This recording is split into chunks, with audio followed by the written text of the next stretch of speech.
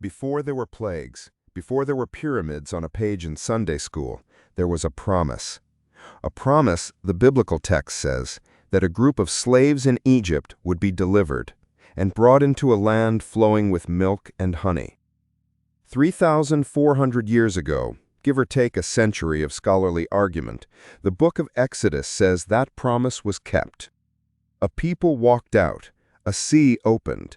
40 years later, they founded a nation in the hill country of Canaan. The question this video asks is simple, and it is not going to be answered with a sermon.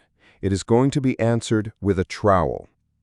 Did that promise leave a footprint anyone can dig up? And if it did, is it the story we have been told, or something much stranger, much smaller, and much more historically interesting? This is 1017 Videos. Faith comes by hearing. History comes by evidence. Let us dig in. To answer this honestly, we need to notice something about how the question usually gets asked. Most content about the Exodus picks a side before it starts. On one side, faith-based media argues the biblical account is essentially accurate. 2 million people leave Egypt in 1446 BC. Every plague is a real event. The sea parts. The archaeology, they say, backs it up. On the other side, secular academic media argues almost none of it happened. There is no Egyptian record. The numbers are physically impossible. Israel emerged inside Canaan from local peoples, not from an Egyptian exodus. Both of those positions oversimplify what the working archaeologists in this field actually say. The most careful scholars disagree with each other about how much of the story is history. Manfred Bietak at Avaris, James Hoffmeier at Trinity, William Dever at Arizona, Israel Finkelstein at Tel Aviv, Kenneth Kitchen at Liverpool.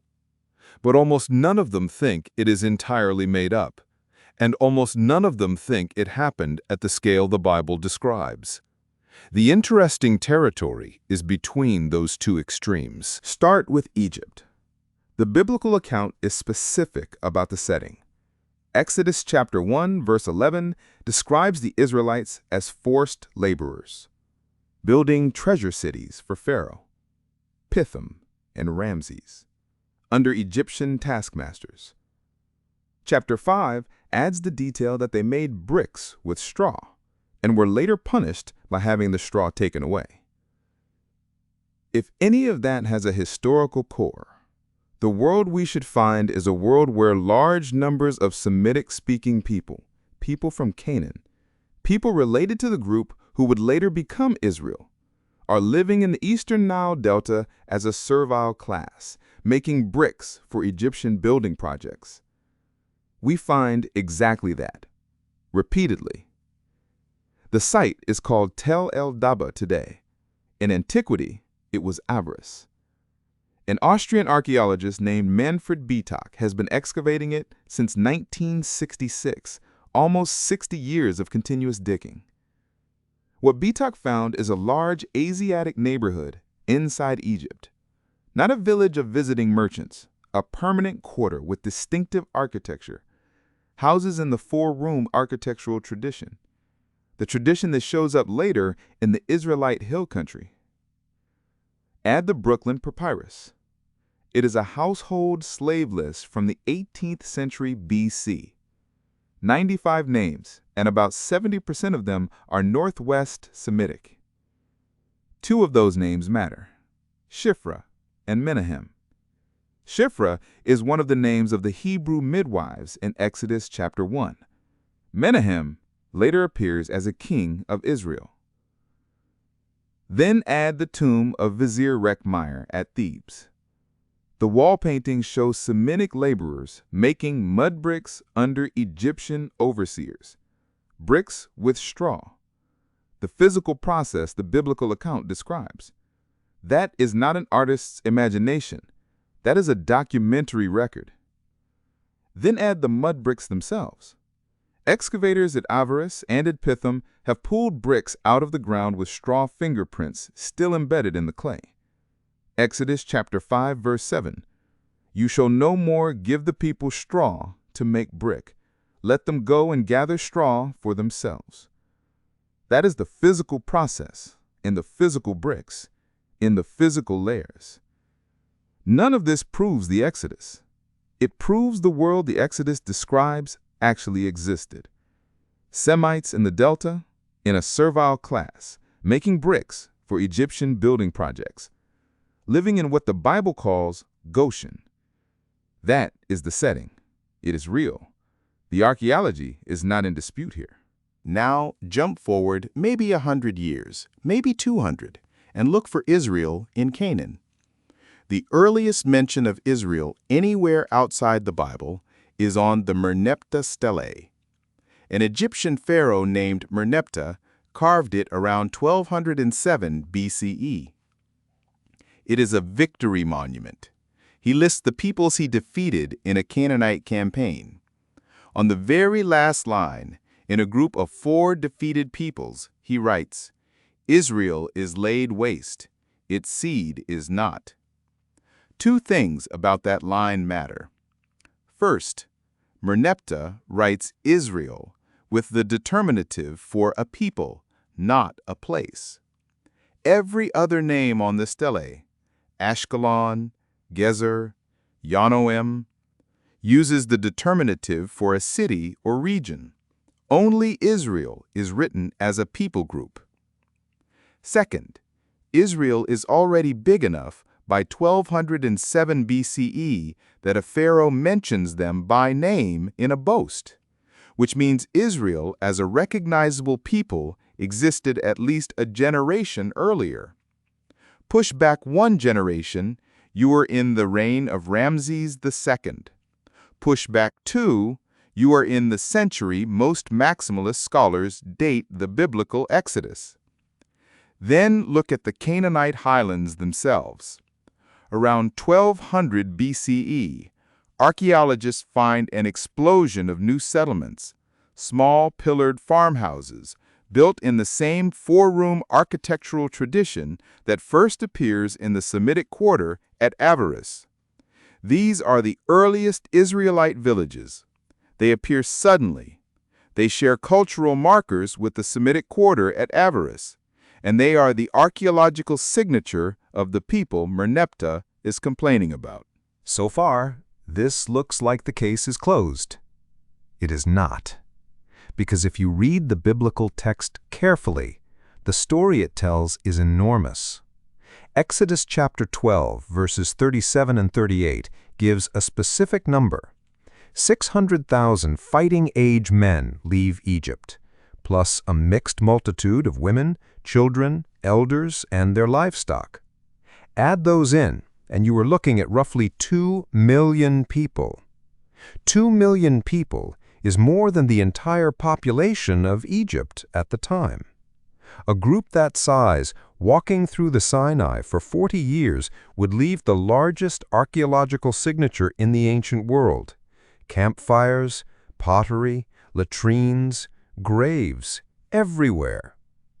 One place the biblical text names specifically as a long stopover is Kadesh Barnea. Numbers chapter 13, verse 26, places the Israelites there as a base of operations for scouting Canaan, and later passages have them camped in the region for nearly a generation. Israel Finkelstein of Tel Aviv University has surveyed the site. The earliest evidence of any settlement at Kadesh Barnea dates to the 12th or 11th century BC, centuries after the traditional date of the Exodus. And there is no trace of a mass encampment at any lair. Add the Egyptian silence.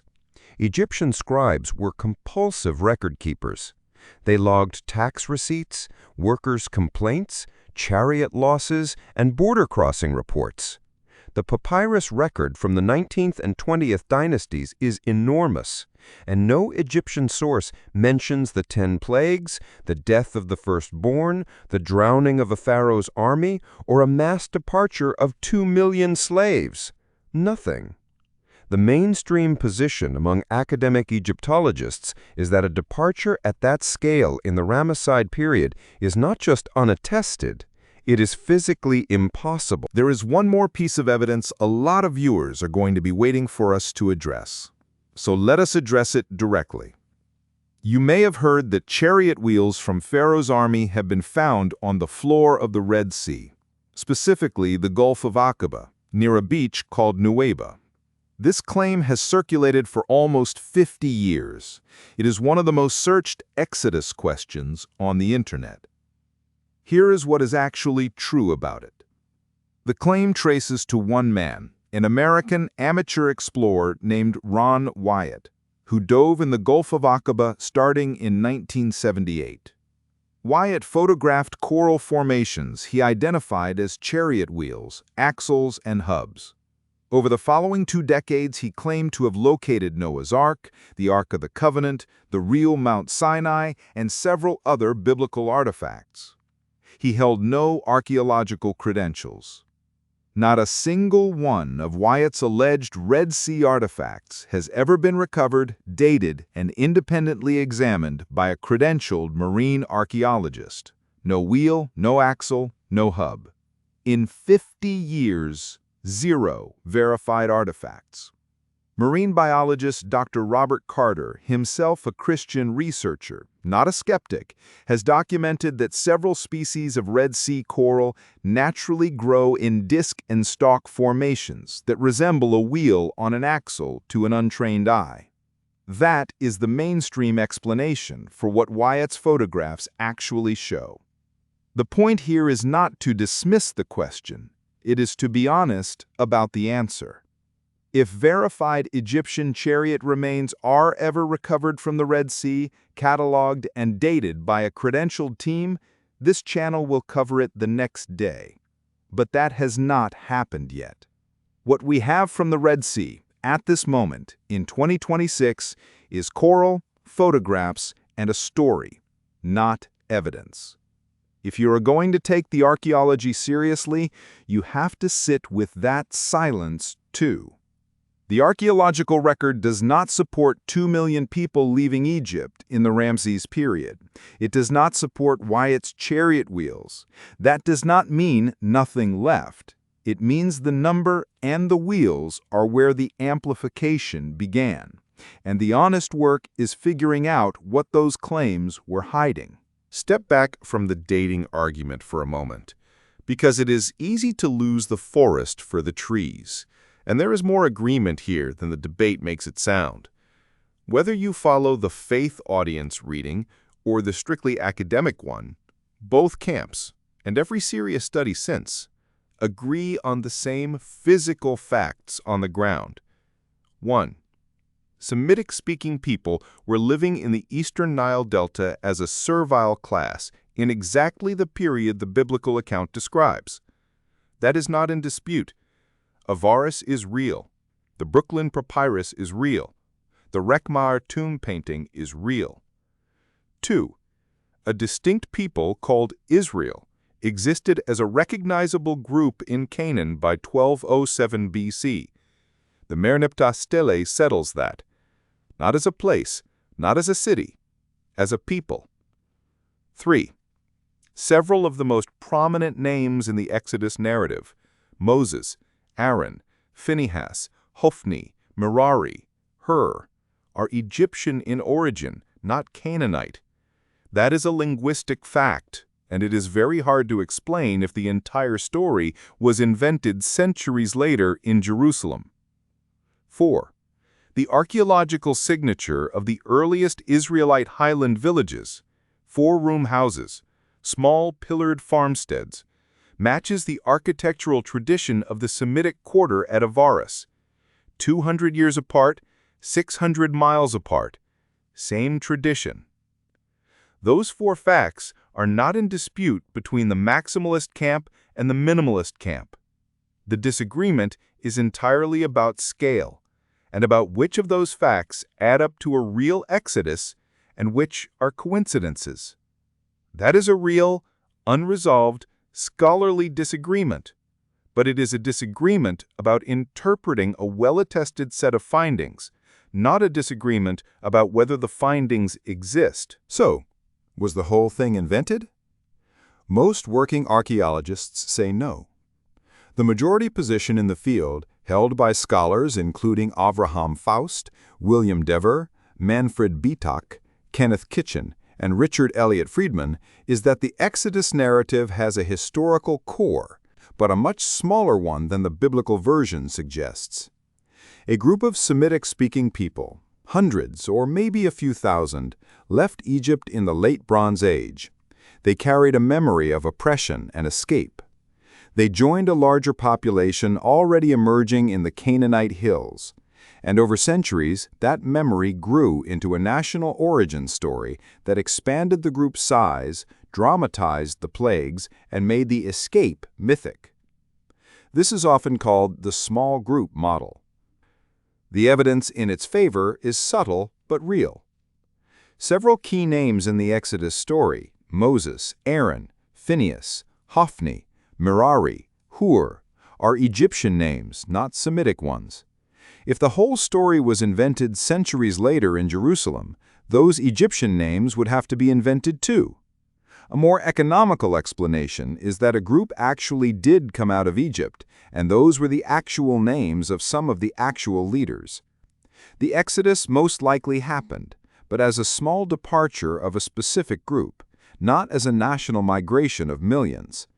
Their memory became Israel's memory, and that is the version the archaeology can support. There is an instinct, especially among people who grew up with the biblical version, to hear small group and think, so it did not really happen.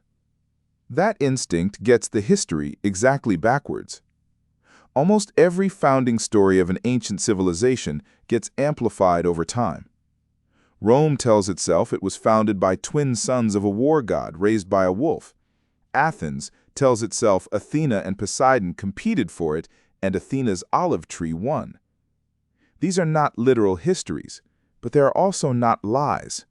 They are the way ancient people preserved genuine memory across centuries of oral tradition. The Exodus story does the same thing. A real group left. A real memory of leaving became Israel's founding narrative. Over 4 or 5 centuries, the group grew in the telling, from hundreds to millions, until it became the version we have in the biblical text. What is remarkable is not that the story got bigger. What is remarkable is that under the amplification, the archaeological signature of the real event is still there. The Semitic quarter at Avaris, the Egyptian names, the 4-room houses, the Merneptah Stele, the abrupt shift from Delta living to Canaanite hill country farming. The evidence is not of a nation-sized migration. It is of a smaller, older, more historically interesting event that Israel remembered and turned into a story worth carrying for 3,000 years. The Israelites, whoever they were and however many of them there were, arrived in Canaan, and the biblical account is emphatic about what happened next. Before they could settle the land promised in Exodus chapter 3, one city stood in their way. A city with mud brick walls 15 feet thick, a garrison determined to hold it, and a river between it and the encamped Israelites that the book of Joshua says God stopped in mid-flow. The city was Jericho. 2 of the 20th century's most important excavators, Kathleen Kenyon and Bryant Wood, dug through the same layers at Jericho and came to opposite conclusions about whether the biblical account holds up. Kenyon says the walls fell too early, 1,200 years before Joshua could have been there.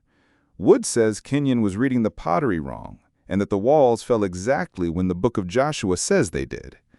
150 years of daylight between 2 of the best archaeologists in the field on the same set of stones. That is where we go next. Subscribe so you do not miss it. If this video was worth your time, please send it to someone who would find it interesting. Sources for everything discussed are linked in the description. Faith comes by hearing. History comes by evidence. Let us see where they meet next time.